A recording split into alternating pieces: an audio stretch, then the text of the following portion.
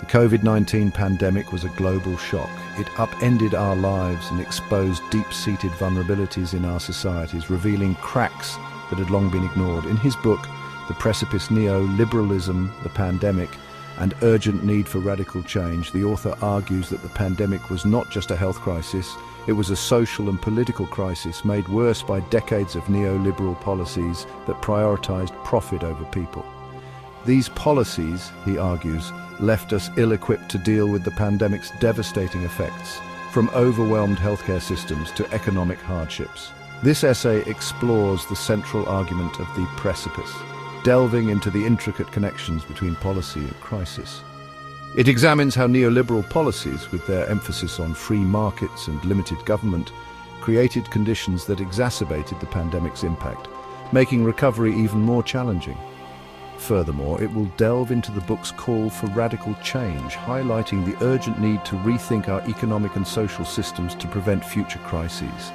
The author believes we must chart a new course to build a more just and resilient future, one that can withstand global challenges. The COVID-19 pandemic served as a stark wake-up call, a reminder of our shared vulnerabilities. It revealed the fragility of our interconnected world and the inadequacy of our current systems in the face of global challenges, urging us to reconsider our priorities. The Precipice urges us to view this moment not just as a time of crisis, but also as an opportunity for profound change.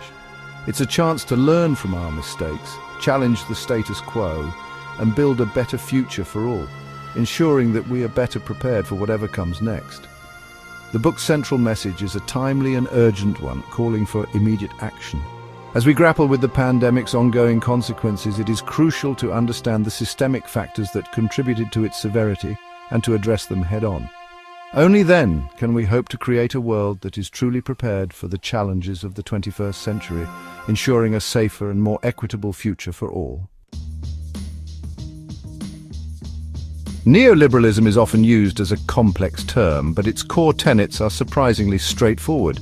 It is a term that has been thrown around in political and economic discussions for decades, yet its essence remains rooted in a few fundamental principles. At its heart, neoliberalism champions the free market as the primary mechanism for organizing society. This ideology places immense faith in the ability of market forces to drive efficiency, innovation, and overall economic growth. This means prioritizing policies that promote deregulation, privatization, and a reduced role for government in the economy. Essentially, it advocates for a hands-off approach where the market is left to its own devices. Think of it as letting businesses operate with minimal interference, even if it means fewer safeguards for workers or the environment. The idea is that less regulation will lead to more competition, which in turn will benefit consumers through lower prices and better products. One of the key figures associated with neoliberalism is Milton Friedman, an economist who argued that government intervention in the economy almost always does more harm than good. His theories have had a lasting impact on economic policies worldwide. Friedman believed that the best way to promote economic growth and prosperity was to unleash the power of the free market. He saw government regulations as obstacles that hindered economic progress and individual freedom. His ideas found fertile ground in the 1980s, with leaders like Ronald Reagan in the United States and Margaret Thatcher in the United Kingdom embracing neoliberal policies. These leaders implemented sweeping changes that reshaped their respective economies. These policies, however, often come at a cost. While they may drive economic growth, they can also lead to significant social and economic disparities. Critics argue that neoliberalism leads to increased inequality, as the benefits of economic growth flow disproportionately to the wealthy. This creates a widening gap between the rich and the poor. Furthermore, it can undermine public services and social safety nets, as governments cut back on spending in areas like healthcare, education, and social welfare. This often leaves the most vulnerable populations without essential support. These criticisms form the crux of the argument in The Precipice, which contends that decades of neoliberal policies created a world ill-equipped to handle a crisis like the COVID-19 pandemic.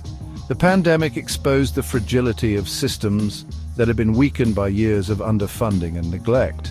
By understanding the basic principles of neoliberalism, we can begin to grasp its profound impact on our world. It is a lens through which we can view many of the economic and social changes that have occurred over the past few decades.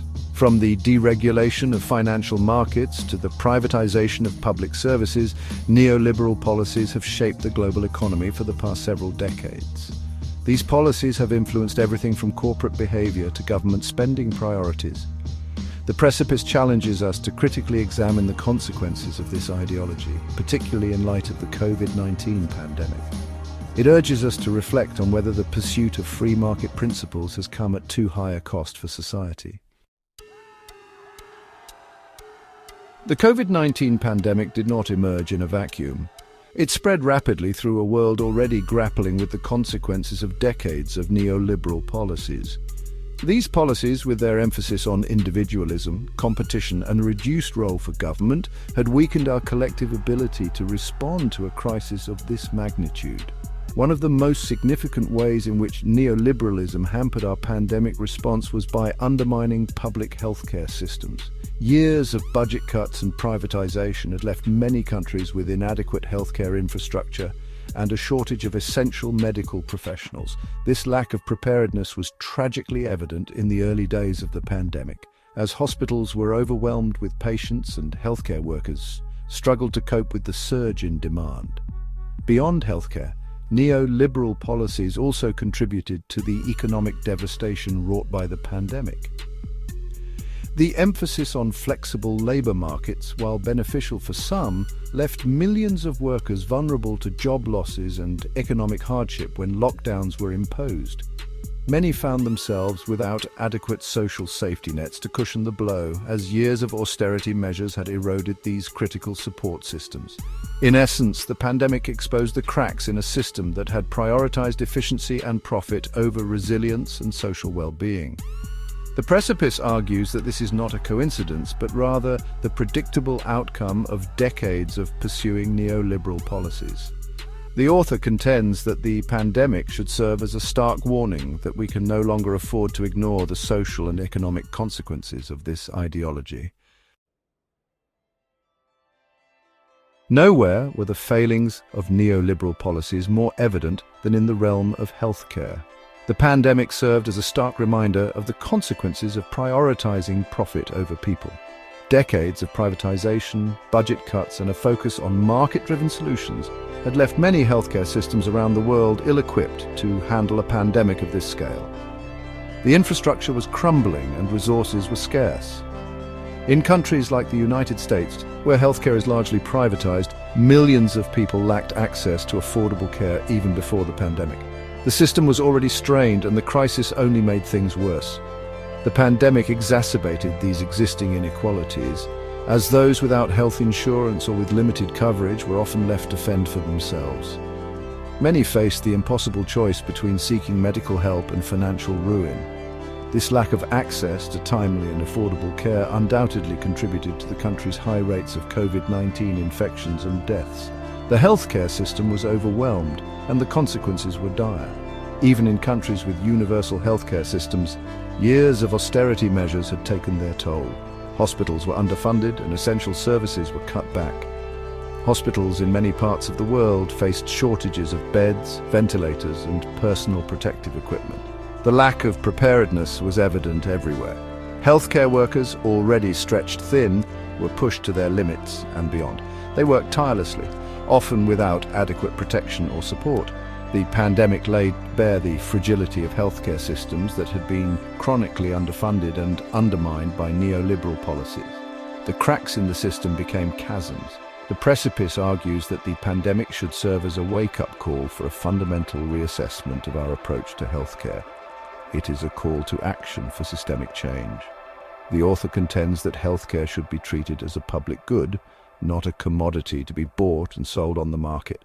Access to healthcare is a basic human right. He advocates for increased investment in public healthcare systems, universal healthcare coverage, and a renewed focus on the well-being of healthcare workers. These changes are essential for a resilient healthcare system. The COVID-19 pandemic exposed the deep flaws in healthcare systems shaped by neoliberal ideology.